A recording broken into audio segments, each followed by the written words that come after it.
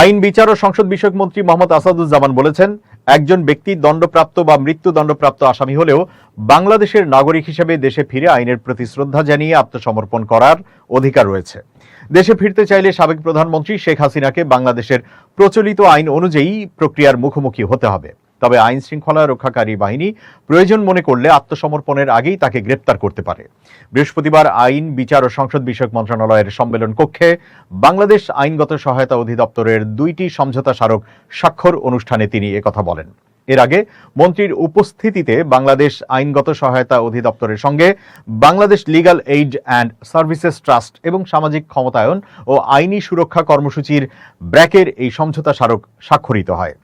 সাবেক প্রধানমন্ত্রীর সাম্প্রতিক এক সাক্ষাৎকারে শুক্রবার দেশে ফেরার সম্ভাব্য ঘোষণার প্রসঙ্গ তুলে তার প্রত্যাবর্তন হলে আইনি প্রক্রিয়া কি হবে এমন প্রশ্নের জবাবে আইনমন্ত্রী বলেন, পররাষ্ট্র মন্ত্রণালয় প্রত্যর্পণের চেষ্টা করছে কিনা সে বিষয়ে সরকার প্রয়োজনীয় পদক্ষেপ নিচ্ছে।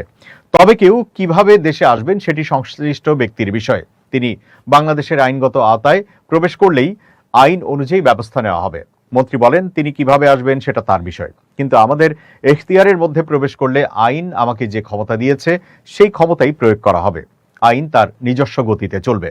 রাষ্ট্রপতি নির্বাচন নিয়ে এক প্রশ্নের জবাবে আইনমন্ত্রী বলেন, এ বিষয়ে এখনো সরকারের কোনো আনুষ্ঠানিক আলোচনা হয়নি। তিনি জানান, সংবিধানের 123(2) অনুচ্ছেদ অনুযায়ী রাষ্ট্রপতির পদ শূন্য হওয়ার 90 দিনের মধ্যে নতুন রাষ্ট্রপতি নির্বাচন করতে হবে। তিনি বলেন, সংসদের পরবর্তী অধিবেশনেও সংবিধান অনুযায়ী নির্ধারিত সময়ের মধ্যেই অনুষ্ঠিত হবে। তাই আপাতত রাষ্ট্রপতি নির্বাচন উপলক্ষে বিশেষ অধিবেশন আহ্বানের প্রয়োজনীয়তা সরকার দেখছে না। তবে প্রয়োজনে সরকার বিশেষ অধিবেশন ডাকতে পারে।